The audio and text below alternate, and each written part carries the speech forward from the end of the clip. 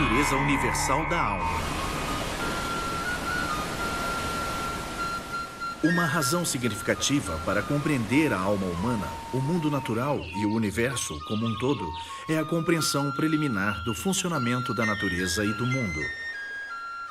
Alguns cientistas dizem que as galáxias não estão distantes por si só, mas que o espaço que as separa se amplia. Porém, o espaço e o tempo devem ter a mesma propriedade de expansão, seja no corpo de uma galáxia, seja no espaço vazio entre as galáxias.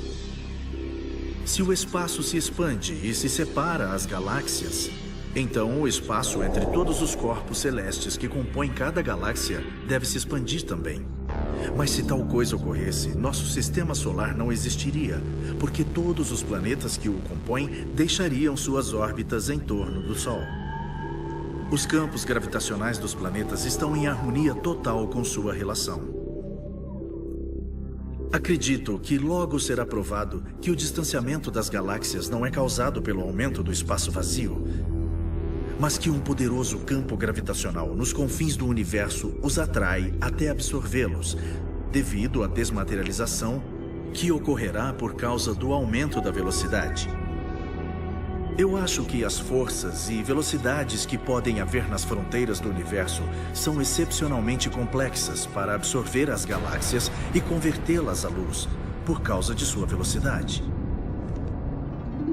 Porém, a velocidade de um corpo que se distancia de um observador não é calculada somente numa linha reta visual que os conecta, mas simultaneamente no ritmo da volta do corpo com relação ao espaço universal. Além de toda a matéria que pensamos que existisse, mas que não tem nenhuma emissão ou poderíamos vê-la, determinadas propriedades estranhas que começam a aparecer nos grupos da galáxia, dentro das galáxias, nos fizeram aceitar que, fora esta matéria comum que todos conhecem, por exemplo, buracos negros, nuvens de elétrons, prótons e todas essas coisas, deve existir um determinado tipo de matéria que é estranha, exótica, diferente do que conhecemos, com propriedades peculiares. No mesmo ambiente do espaço-tempo? Exatamente. Ou seja, nos grupos de galáxia, no universo, deve existir outro tipo da matéria desconhecido para nós, que permitiria explicar as propriedades que não seriam explicadas pela matéria comum que conhecemos. Isto é, como a chamamos, matéria fria. Deve ser a matéria subatômica. Estamos falando de um material ao qual chamamos brincando de exótico. Não tem nada a ver com o material que conhecemos, mas o que pode ser, não sabemos o que é. Em que se baseia esta hipótese? Este material deve ter determinadas propriedades estranhas que explicariam propriedades estranhas que medimos nos espaços dos grupos da galáxia e, em geral, em nosso universo.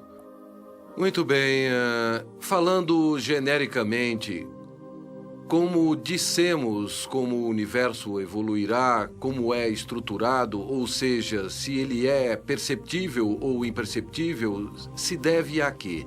A curvatura do espaço na região ou a densidade? Dissemos que a curvatura é equivalente à densidade da matéria. Portanto, o que o universo é ou como evoluirá no futuro depende da sua curvatura e, portanto, da formação de sua densidade, das densidades do material em seu interior. É possível, de um ponto de vista evolucionário, que essa densidade aumente e que a curvatura se amplie? Bom, eu não diria que aumente quantitativamente. Se a densidade for x, então o futuro do universo será 1. Agora, se for menos ou mais, a evolução do universo será diferente. A possibilidade do universo ser o que é e permanecer como é investigada pela ciência? Claro. Significaria que a densidade do universo não se alterou em lugar nenhum. Permaneceu constante do momento de sua criação até hoje. Se supusermos que o universo inteiro é um carrossel infantil, com um observador humano em algum ponto fixo de seu eixo e que olha ao redor no espaço universal, então o ser humano verá os cavalos a uma distância menor, os carros a uma distância maior e aos aviões a uma distância extrema. Quando tudo girar, o homem girará. Mas a distância coberta numa volta completa pelos cavalos é menor que a dos carros. E os carros cobrem uma distância menor que a dos aviões.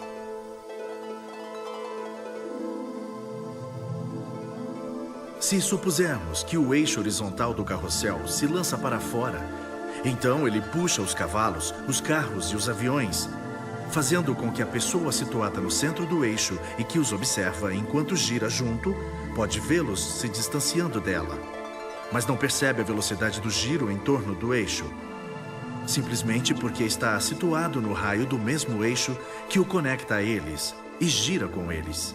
No exato instante do Big Bang, o tempo é criado como o compreendemos. Em outras palavras, o tempo começa a se distanciar do espaço, enquanto até então eles eram uma coisa só. Claro. A ruptura do tempo do espaço traz enormes consequências. Por exemplo, tem o sal de Deus e eu o como e a comida é gostosa, mas se separar o cloro do sódio que o sal contém, é um veneno forte. Quando o tempo está unido ao espaço, eles compreendem um espaço quadridimensional que tem determinadas propriedades.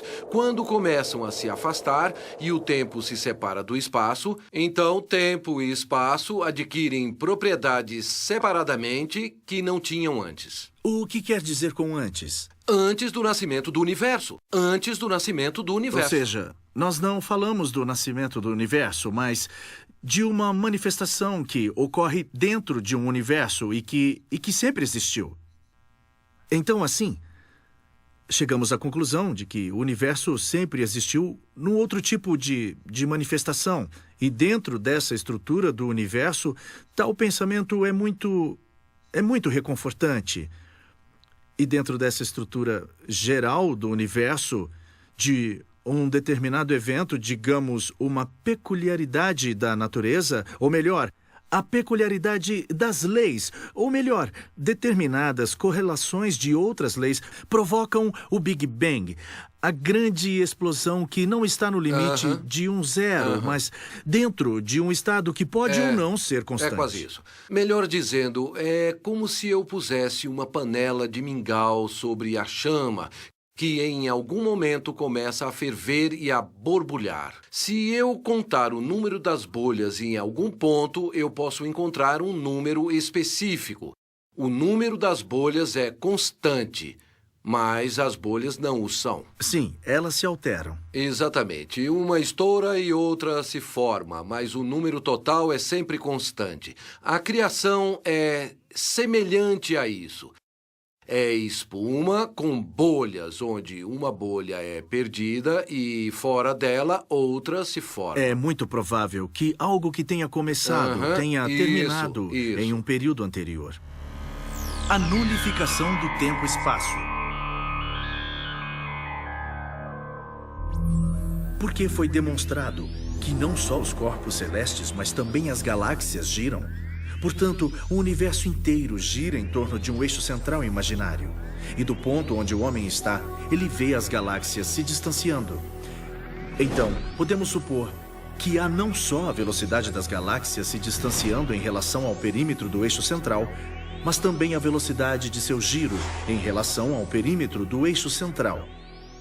Não se sabe se o espaço-tempo pode girar com o universo inteiro, mas suponho que o giro do universo deva fazer com que sua estrutura se altere nas bordas externas, assim como o comportamento do espaço-tempo, fazendo com que, na fronteira distante do universo, a matéria se converta em energia, em luz, e não temos uma evolução contínua do espaço-tempo, que não deixe nenhuma margem para que pensemos em por que o universo existe e para que serve sua extensão eterna. E se o universo é rodeado de luz, então é reconfortante pensar que a matéria é subordinada ao espírito.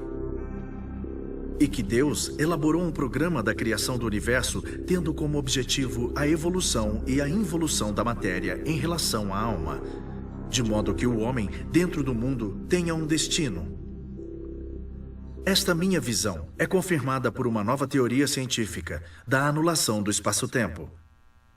Segundo esta teoria, o espaço é uma distância, isto é, um comprimento, isto é, uma dimensão, isto é, um espaço. Portanto, o espaço é um espaço, cuja soma é zero. Tempo é duração, isto é, intervalo temporal, isto é, segmento do tempo. Portanto, o tempo é um tempo, cuja soma é zero. As cargas elétricas da matéria total no universo neutralizam-se, isto é, as cargas positivas e negativas dão zero de soma. Há, porém, certas outras conclusões da ciência contemporânea que comprovam o poder do zero. Todos os objetos no universo, no microcosmo e no macrocosmo, têm a propriedade do momentum. Momentum é a tendência de um objeto mover-se no espaço-tempo. Mas por que os objetos que se movem da esquerda para a direita são iguais àqueles que se movem da direita para a esquerda, temos uma soma total de momentum igual a zero. Muitos outros objetos no universo têm outra propriedade chamada momentum angular. Eles giram ou seguem círculos geométricos. As partículas elementares são caracterizadas pela rotação. Mas é surpreendente que metade dos círculos geométricos produzida pelo movimento dos objetos do universo moveu-se da esquerda para a direita e a outra metade no sentido oposto. Portanto, o universo como um todo não gira, o que produz uma soma de zero. A conclusão geral é que o microcosmo e o macrocosmo são duas forças iguais com um centro de contato igual a zero. Se o zero fosse um espelho redondo que mostrasse o universo, sua imagem seria idêntica, mas invertida. Este é o zero produzido pelo universo. Em um livro que comecei a escrever em 1980 e publiquei em 1993, chamado The Great Testament, descrevo o universo como uma ostra aberta e com minha teoria como se segue. Todos os valores de massa e energia do universo, incluindo-se todas as suas manifestações, todas as leis que o governam, têm seu equivalente oposto numa possível unificação chamada eternidade. Sempre acreditei que o universo produz uma soma zero, por ser eterno. 2.600 anos atrás, o grande místico dos números e da alma, Pitágoras, deu-nos com sua matemática transcendental a seguinte equação. Zero multiplicado pelo infinito é igual a mônada. O zero pitagórico é o que foi confirmado pela ciência de hoje, com seu gigantesco equipamento técnico. Esse é o que inclui zero em seu interior, como uma lei, uma possibilidade, uma essência. Esse é Deus. O zero é o universo em eterna, completa e autoexistente evolução em involução.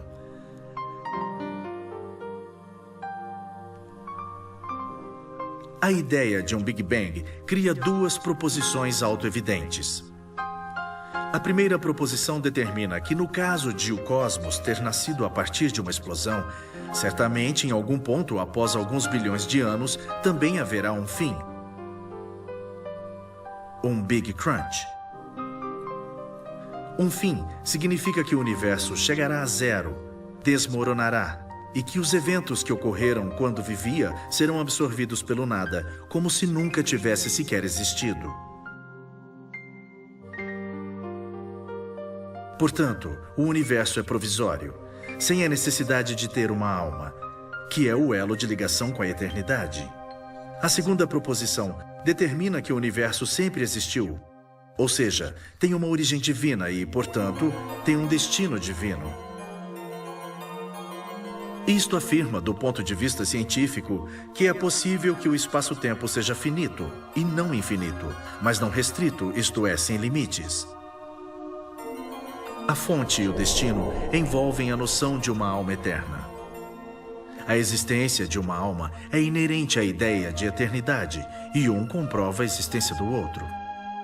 Sobretudo, a eternidade comprova o sentimento do ser, não só como existência, mas também como uma forma de pensamento, quando o ser é inteligente, ou seja, um homem. Penso que uma pessoa que nasça e viva neste planeta e não se preocupe em perguntar se há uma alma, perdeu totalmente o sentido de sua existência neste mundo. Desde o começo dos tempos, o homem, levantando os olhos para olhar para o céu estrelado, tentou identificar a existência do mundo celeste com sua própria existência. Na busca do elo de ligação entre o universo e o homem, os gregos antigos descobriram o éter, que, embora composto da forma mais rarefeita da matéria, como as cores do arco-íris, em que se decompõe a luz branca, tem, ao mesmo tempo, o atributo divino, no sentido da alma universal.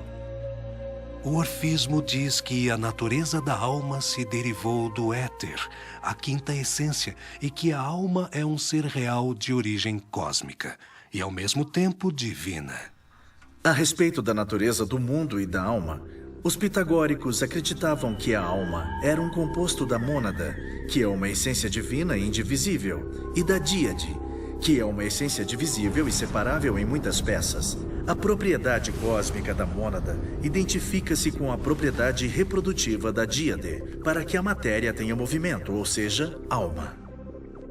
Platão, em sua obra da natureza, discute a visão pitagórica de que Deus criou a alma do indivisível e imutável e do divisível. Destas duas essências, o indivisível e o divisível, uma terceira essência emergiu entre elas. Esta essência, que constitui a natureza da alma, não se aplica só ao homem, mas às estrelas também, de acordo com Platão. Platão, em sua obra da beleza, mostra que seu professor Sócrates compara a alma a uma força inata, que se assemelha a uma carruagem puxada por cavalos voadores conduzidos por um cocheiro. O cocheiro confirma que, ao puxar os cavalos no mesmo sentido, um cavalo é bom e bonito, e o outro é o oposto, mau e feio. Devido à oposição entre os dois cavalos, o percurso é difícil, constante e diferente para cada alma. Almas que visam ser deuses e se assemelham a eles, fazem a cabeça do cocheiro se erguer e prosseguem para as estrelas, o firmamento celeste.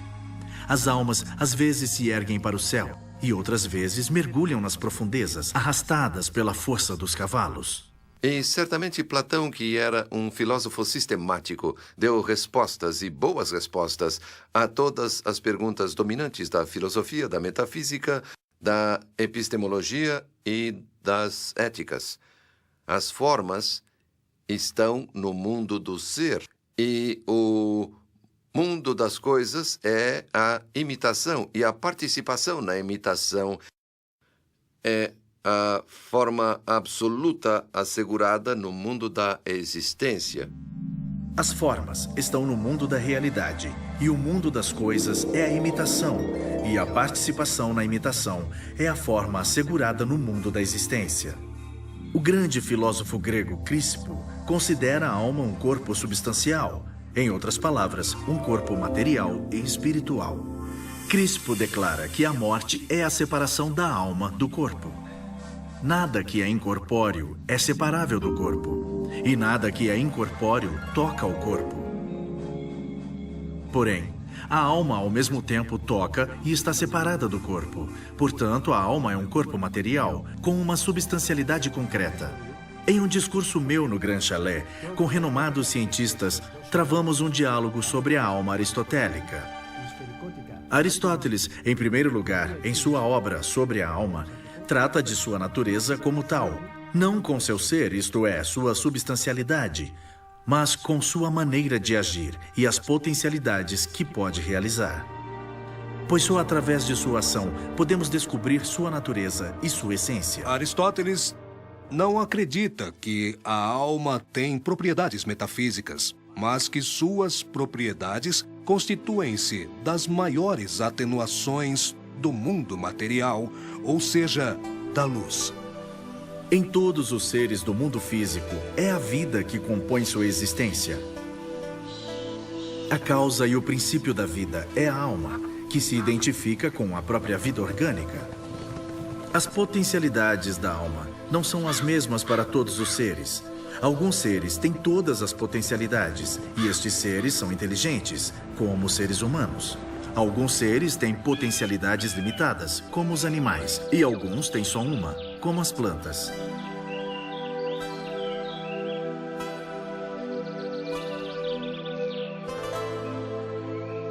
Perguntei ao professor Sfecas se, como conclusão final, se pode deduzir que a alma está distribuída em quantidades aritméticas entre os seres do mundo natural, numa distribuição calculada da origem divina. Pois só um Deus Criador tem o poder de distribuir a matéria da alma aos seres do mundo.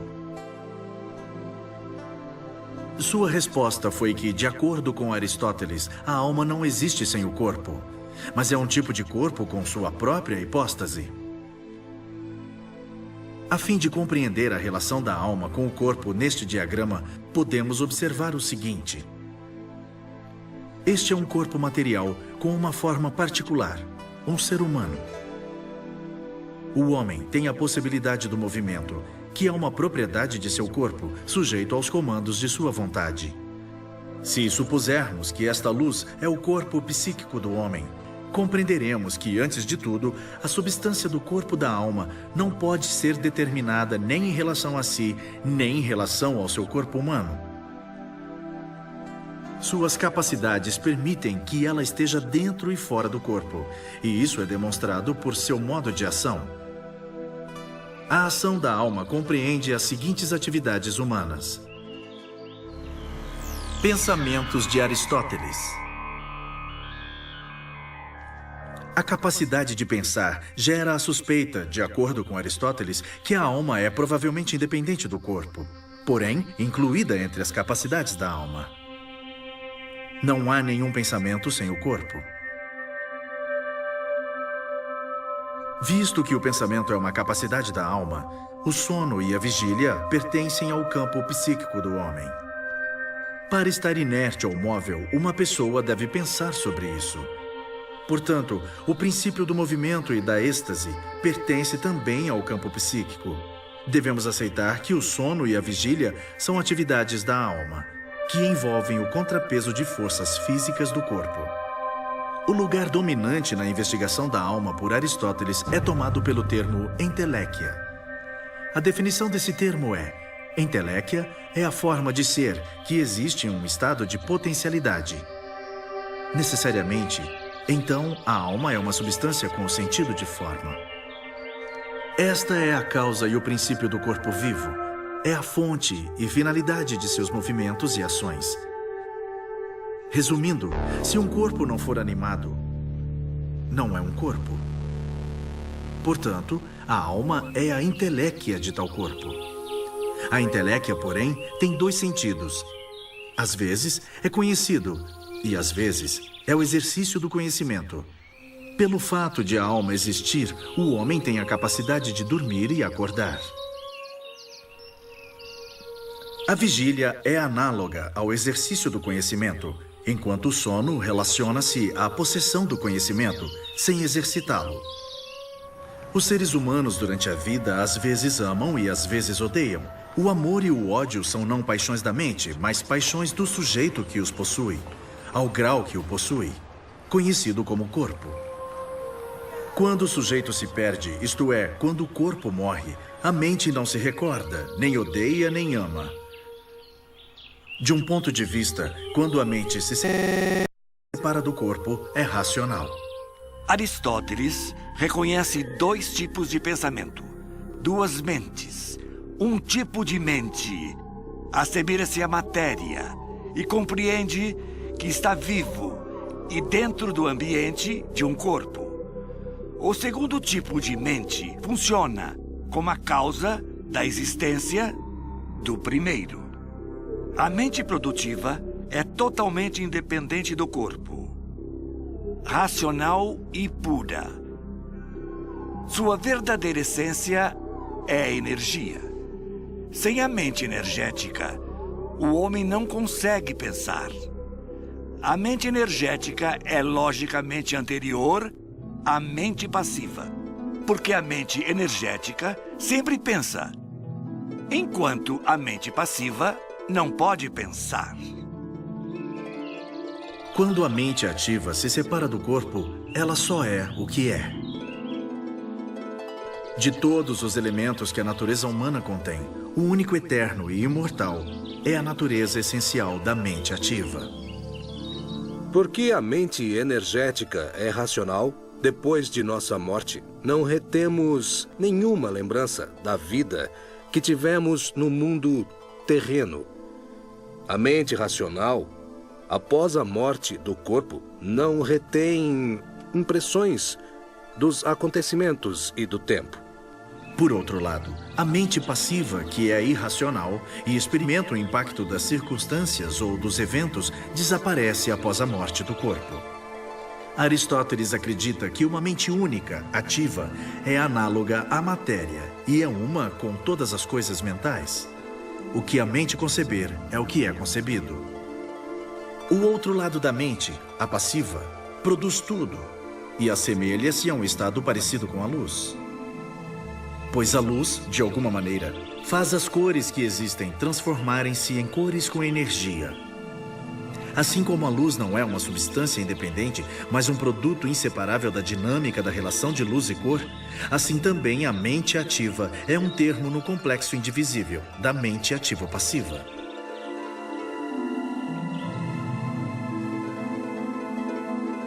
A mente é o poder essencial do homem para investigar as respostas, em busca de respostas para o enigma da criação.